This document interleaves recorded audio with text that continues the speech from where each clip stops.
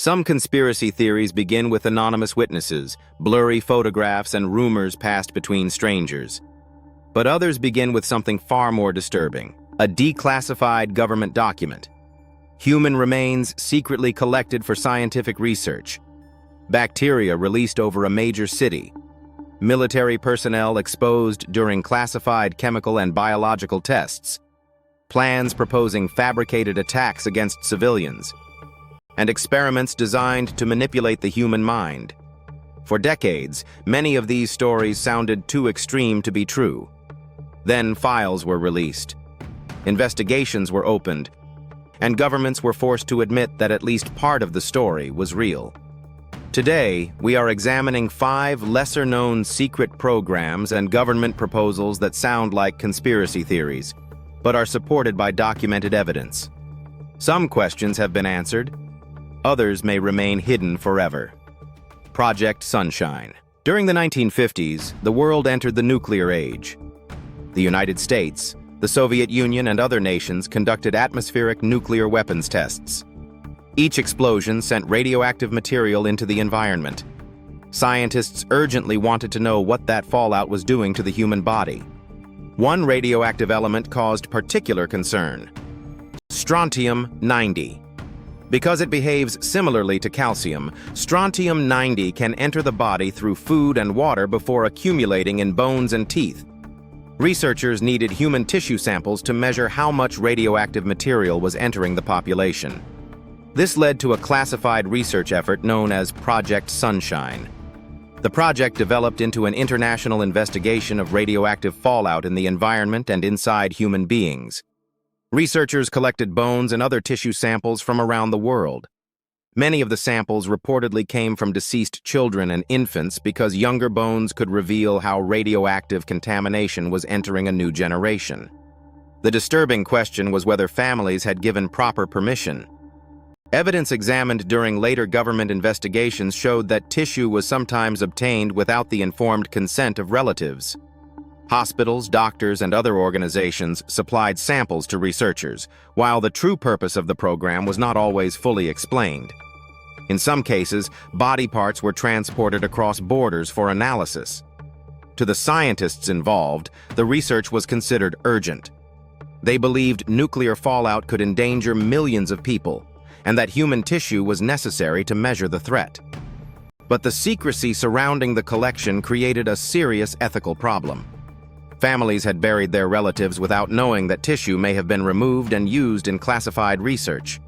Project Sunshine was not simply a rumor. Government records confirmed that it existed and studied radioactive fallout using human samples. What remains difficult to determine is the full scale of the collection. How many samples were obtained? How many families knew what had happened?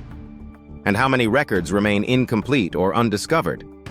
The program helped researchers understand the dangers of radioactive fallout, but it also demonstrated how easily scientific urgency and national security could be used to bypass informed consent.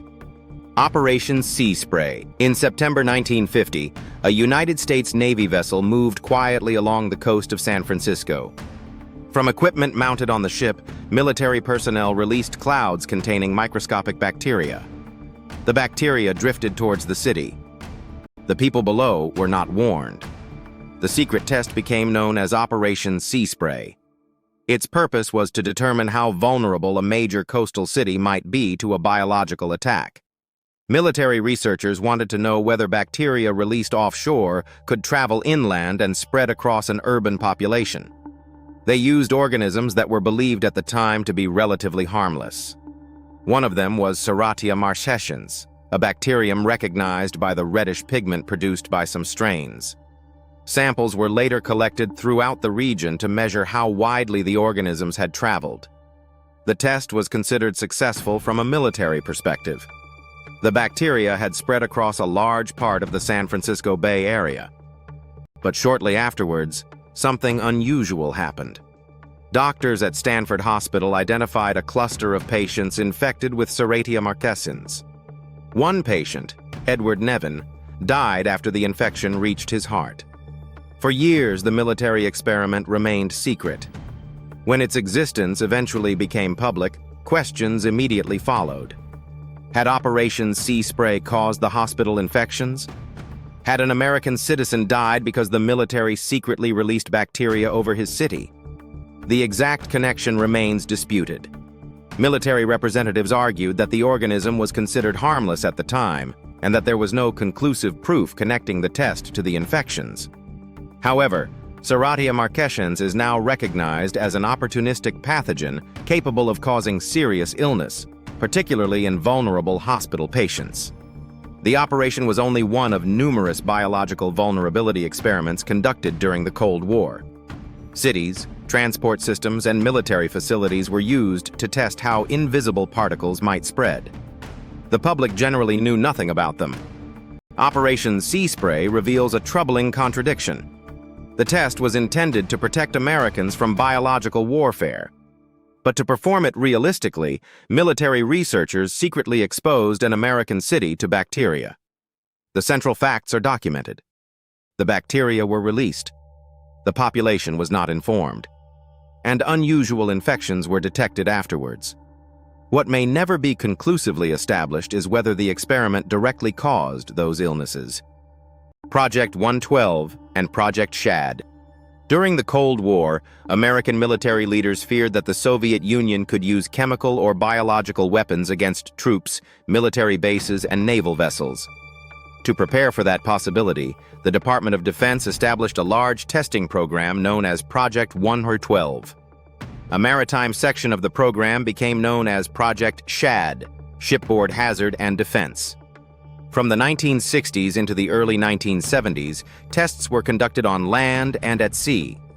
Ships were sprayed with chemical or biological substances to determine whether the agents could enter ventilation systems, move through compartments, or contaminate equipment. Some tests used simulants believed to be relatively safe. Others involved actual chemical agents.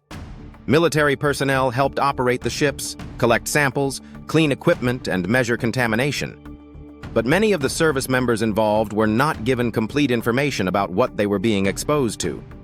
The program remained classified for decades. Veterans later reported health problems and began asking whether their conditions could be connected to secret tests conducted during their service. The problem was that many did not know the names of the tests, the substances involved, or whether they had officially been participants. As information gradually became public, the government began identifying ships, military units, and personnel connected to Project 112 and Project SHAD.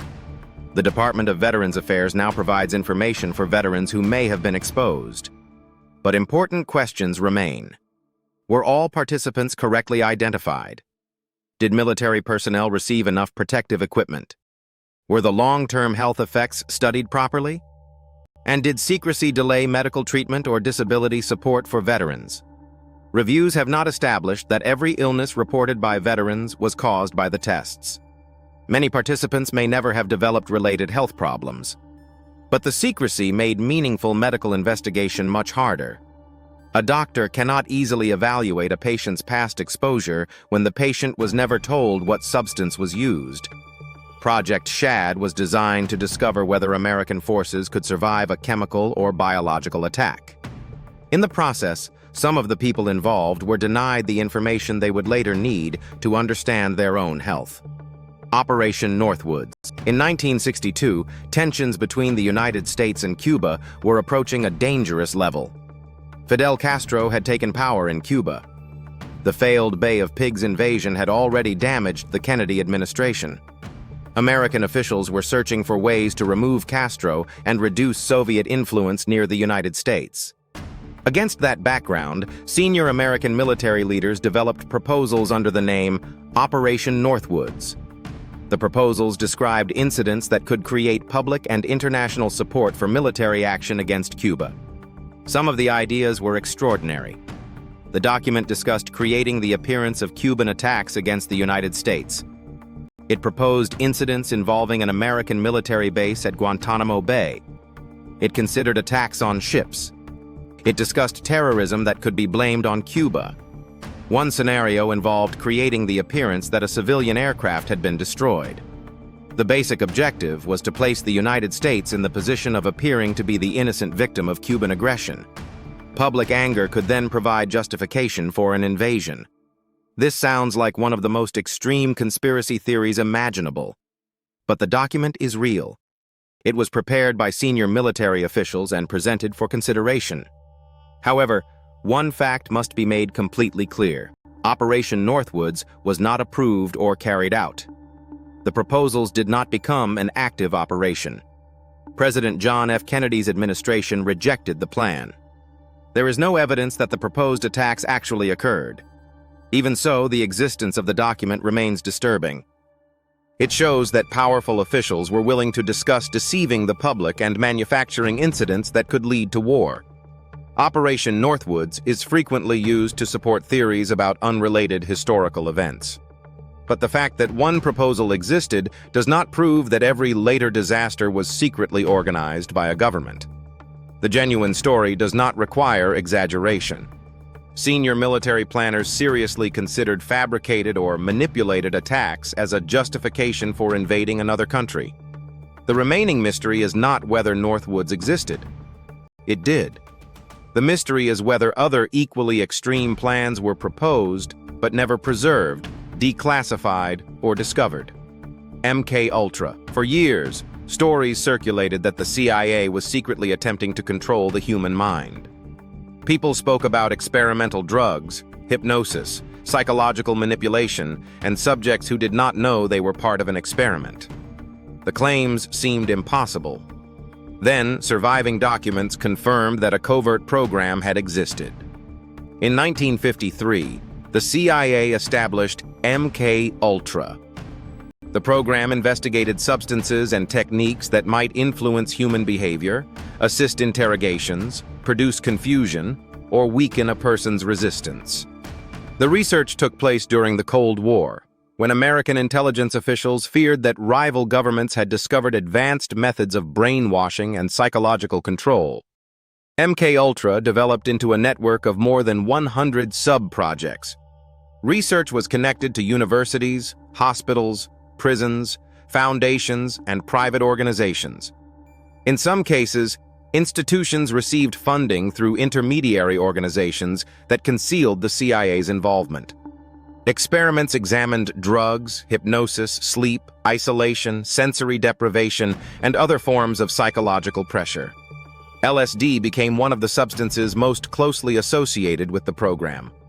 Some participants volunteered for research. Others allegedly received drugs without knowing what had been given to them. One of the most famous cases involved CIA scientist Frank Olson. In 1953, Olson was secretly given LSD during a meeting with CIA colleagues. Several days later, he fell to his death from a hotel window in New York. His death was initially described as a suicide. Years later, his family learned that he had been drugged without his knowledge shortly before he died. The revelation created suspicions that Olson may have been murdered because he knew too much about secret programs. An exhumation and later examinations raised further questions, but no universally accepted evidence has established that he was killed. The uncertainty surrounding Olson's death remains one of the darkest parts of the MKUltra story. Then came another act of secrecy. In 1973, senior CIA official Sidney Gottlieb ordered many MKUltra records destroyed. Officials may have believed the program's complete history had disappeared. But in 1977, boxes containing thousands of financial documents were discovered. Those surviving files revealed a much larger network of research than investigators had previously known. Yet financial records could only reveal so much. They identified institutions, payments, and project numbers, but often contained limited information about what happened to individual participants. This means the entire history of MKUltra may never be reconstructed. The documented evidence does not prove that the CIA developed perfect mind control. There is no reliable evidence that people could be remotely controlled like machines or programmed to perform complex actions against their will. Many of the experiments appear to have produced confusion, trauma, and unreliable results rather than a successful method of controlling behavior. But the confirmed truth remains extraordinary. An intelligence agency secretly funded experiments involving psychoactive drugs and psychological manipulation. Some people were used without informed consent, and many of the records were deliberately destroyed. MKULTRA is one of the clearest examples of a conspiracy theory containing a disturbing core of truth. The program was real. The unethical experimentation was real. And because the evidence was destroyed, the complete story may never be known. These programs reveal why government secrecy can create conspiracy theories that survive for generations. Project Sunshine secretly gathered human tissue to study radioactive fallout. Operation Sea Spray released bacteria over San Francisco without warning the population. Project SHAD placed military personnel inside classified chemical and biological warfare tests. Operation Northwoods proposed deceptive incidents that could be blamed on Cuba. And MKULTRA experimented with drugs and psychological techniques while hiding the CIA's involvement. But these cases also teach an important lesson. A documented secret does not prove every claim attached to it.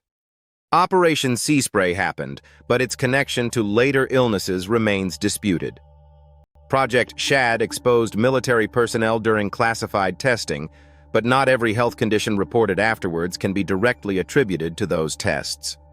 MKULTRA existed, but there is no proof that it produced perfect mind control. The strongest investigations begin with evidence. Declassified documents, government reports, medical records, witness testimony, and physical proof. Because sometimes the truth is less spectacular than the theory, and sometimes it is far more disturbing. Which of these secret programs surprised you the most? And what lesser-known conspiracy should we investigate next? Leave your answer in the comments. Subscribe for more investigations into classified projects, hidden history, and true stories that were once dismissed as conspiracy theories.